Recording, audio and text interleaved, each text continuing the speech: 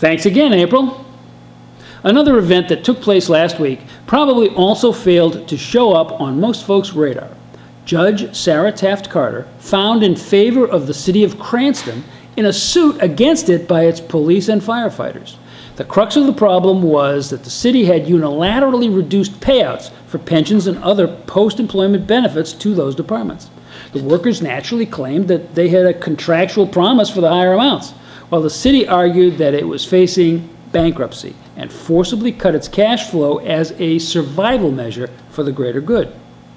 According to Greg Smith, reporting in the Providence Journal, Judge Taft Carter wrote in her 54-page opinion on the case, quote, "A contract between a government and its employees may be substantially impaired if the impairment serves a legitimate public purpose and is reasonable and necessary," unquote. Smith further quoted the judge as saying, "It was clear that to avert disaster, the city had to rescue the pension plan from extinction," unquote. In its decision, the court recognized factors beyond the control of city managers which had adversely affected Cranston's ability to fund the original deal.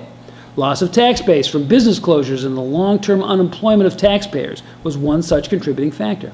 Natural disasters like the 2010 flood caused emergency cash outflows, which themselves adversely affected the city's bond rating. During the covered time period, state aid to the city was also dramatically cut.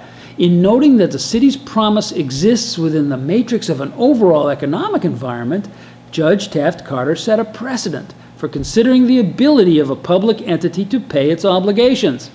That factor has long been involved in considering financial responsibility limits for individuals.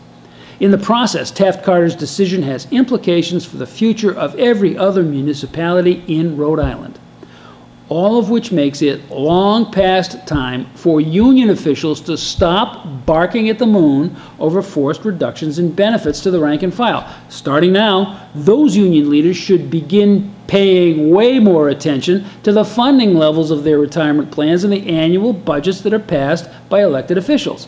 Where cities, towns, and even the state have ignored their annual obligation to fund estimated liabilities in each new budget, the unions should start making noise early to correct that threat before it becomes a crisis of the proportions recognized in this matter as relieving the government from its originally agreed responsibilities.